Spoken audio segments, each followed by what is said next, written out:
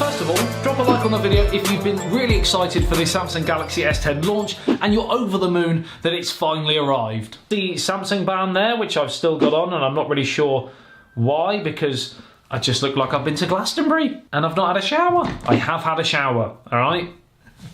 As we go along in this video, I'm going to be rolling clips from the pre-brief in London. Hi guys, it's SBRT and we are at the pre-brief for the Samsung Galaxy S10. We've got the S10e, the S10 and the S10 Plus. So of course you're watching this today, but this was done a couple of days ago. So we got first-hand early access to these brand new range of devices. Now of course the video I did about a week ago touched on pretty much all what we were going to expect. But right now, let's just confirm up some of those specs for you. So the E model comes in with a 5.8-inch, 19:9 flat, full HD plus dynamic AMOLED display. So it's now a dynamic AMOLED display, which differs from the Super AMOLED displays that we've seen previously from Samsung. If you want more information on the differences, I'll have to get back to you on that one, because I'm not too sure right now. The regular Galaxy S10 is a 6.1-inch 19:9 wide Quad HD dynamic AMOLED curved edge display. The Galaxy S10 Plus is pretty much the same, just 6.4 inches in size. And again, for that 5G model, exactly the same, just 6.7 inches. So we've got 5.8, 6.1, 6.4 and 6.7. So that should really cover most bases. If you want something different than that, then you're being incredibly picky, okay? So the E version is, of course, the kind of budget version of the Galaxy S10. It's still got a lot of very similar aspects to it, including specs and design. The main difference of the design is, of course, it is a flat screen compared to the Infinity curved display that we see on the Galaxy S10 and the S10 Plus. Now, as you know, the main 4 devices in the Galaxy range all vary in size, and as a result, they vary in weight as well. So if that feeling in the hand is important to you, we'll just touch on the weight specs. So the Galaxy S10e comes in at 150 grams, the S10 regular comes in at 157, the S10 Plus comes in at 175, so a fairly big jump for that one. And then the 5G model comes in at a whopping 198, probably down to that massive screen, to be honest. And there you can see the exact size difference when placed flat together at the bottom. And one thing to note, the E model is perfect for one-hand use. So if that's something that you struggle with, still having to use 2 hands, you don't like that, then again, perhaps the E model might be better for you. As well as a difference in curved display and flat display, we also have difference in cameras on the front as well. So we have the dual camera on the Plus model, and we have a single camera on the E and the standard version as well. And the wallpaper is very cleverly positioned to hide the dual camera at the top on the Plus. Now, not everyone, but a lot of people's intrigue for new devices comes in the form of what's new and improved about the smartphone camera. Now, while in this video I can't really go into too much detail on how I feel it differs from, say, the S9 and the Note 9, that will be coming in videos very soon though, so make sure you are subscribed to the channel and you've turned on the notification bell if you want to see those. But let's just clarify those camera specs right now. Now, straight away, just to note, the regular and the Plus model both have the exact camera...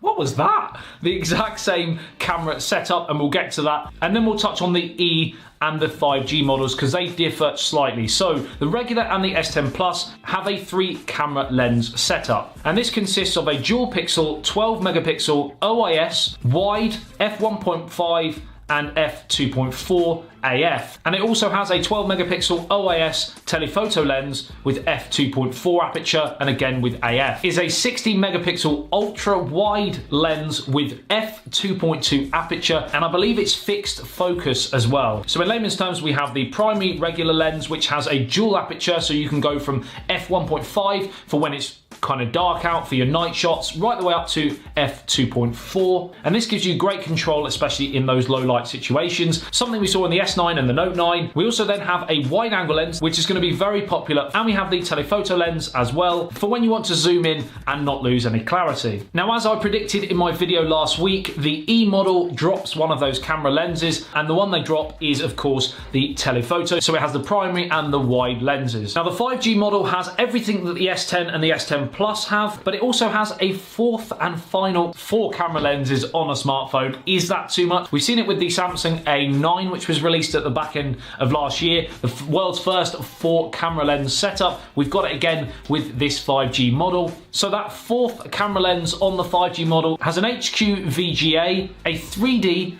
depth sensing camera. Now we flip to the front camera on all 4 models, and the E and the standard regular S10 have exactly the same setup. They have the 1 camera lens, and it's a dual pixel 10 megapixel lens with autofocus and f1.9 aperture. Now the Plus and the 5G models get that additional lens on the front camera, but they do different things. So the Plus model has an additional 8 megapixel lens with autofocus and f2.2 aperture. The 5G model, on the other hand, has an HQ VGA, a 3D depth sensing camera. And again, while it seemed the front-facing camera was better than last year's, how much better, I'm not so sure. One area that I hope they have improved, and like I said, I haven't had a chance to fully focus.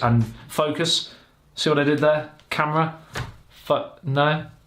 I didn't get a chance to look at that in more detail. Hopefully I will with my full review. Now on to RAM and storage. Again, we have different variants across the different models. So with the E model, you can either have one with 6 gigabytes of RAM and 128 gigabytes of storage, or 8 gigabytes of RAM and 256 gigabytes of storage, with the possible additional micro SD card slot for 512 gigabytes. So straight away, even if you get the E model, you can get some serious storage. Now onto the regular model, we have 8 gigabytes of RAM and 128 gigabytes of storage, or 8 gigabytes of RAM and 512 gigabytes of storage, and again the possibility for 512 micro SD card. This probably looks really strange to everyone else here. Now we're going to get a little bit stupid.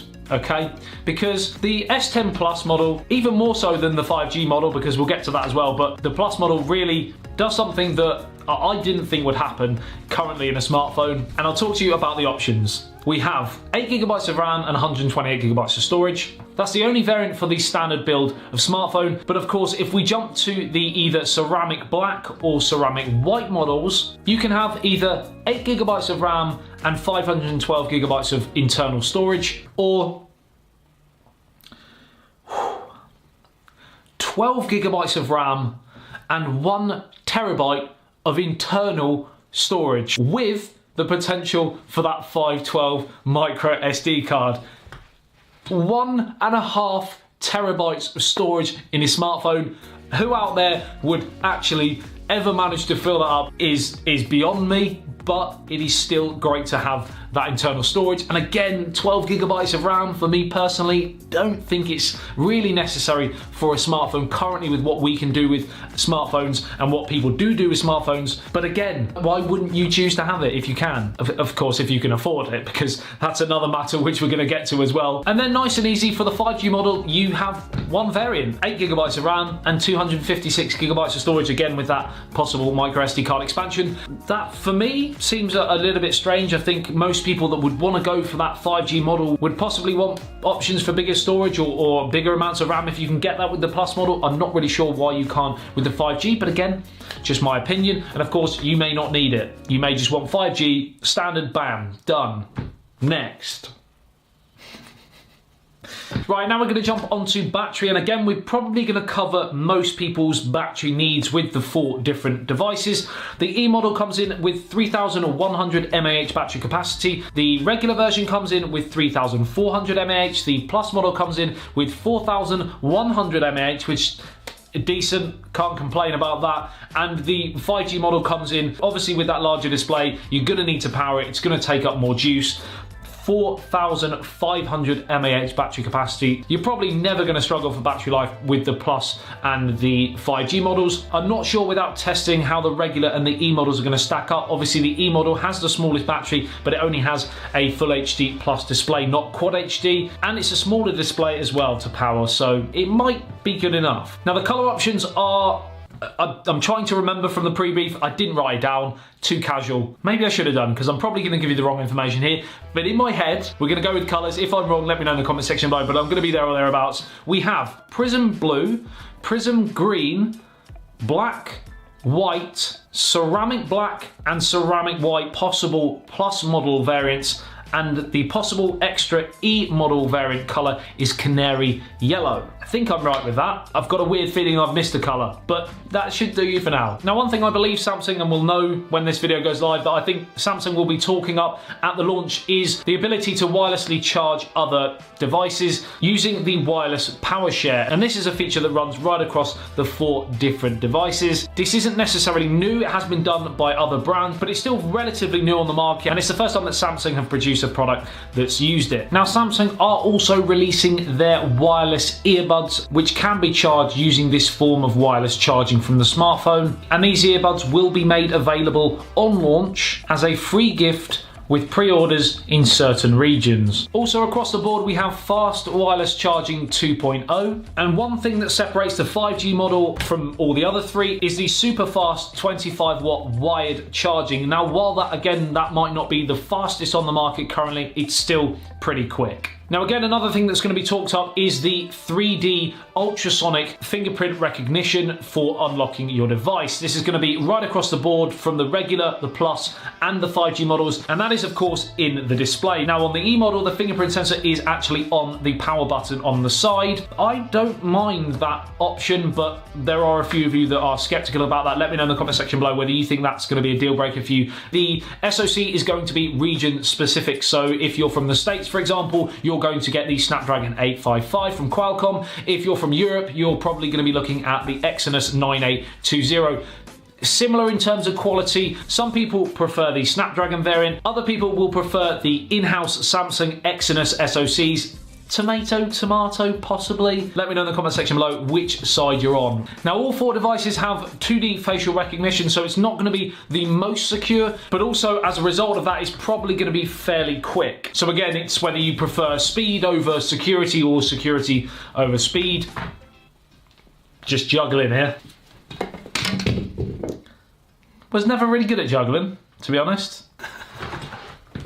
What on earth is this video turned into? Headphone jack is there, of course, a bonus for a lot of you guys. Stereo speakers again. Now, I'm usually a big phone kind of person, but actually in the hand, in first impressions anyway, I actually quite like the regular S10. That may change over time, of course, and I may end up going over to the Plus model because of that bigger display and, of course, that second front camera. In terms of my preference, I would either go with the regular S10 or the S10 Plus. I think the 5G model for me is personally too big, and I think the E model, while it's great for one-handed use, like I've already said, I am a sucker for an infinity display. I just love the way they look. I love the immersive feeling you get with that Quad HD Plus panel. More risky to drop. They will break easier than the flat screen, of course, but that curved display is just my guilty pleasure, unfortunately. Out of the 2, what would I say was my personal favorite? I would sway towards the Plus model for the battery and that additional front-facing camera, but the feel in the hand, I think I actually preferred the regular, slightly reduced form factor. It still felt big enough. Now, in terms of the front-facing cameras and that punch hole cutout, or the Infinity O display, or whatever you want to call them, the Wart display, I think I said in my last video.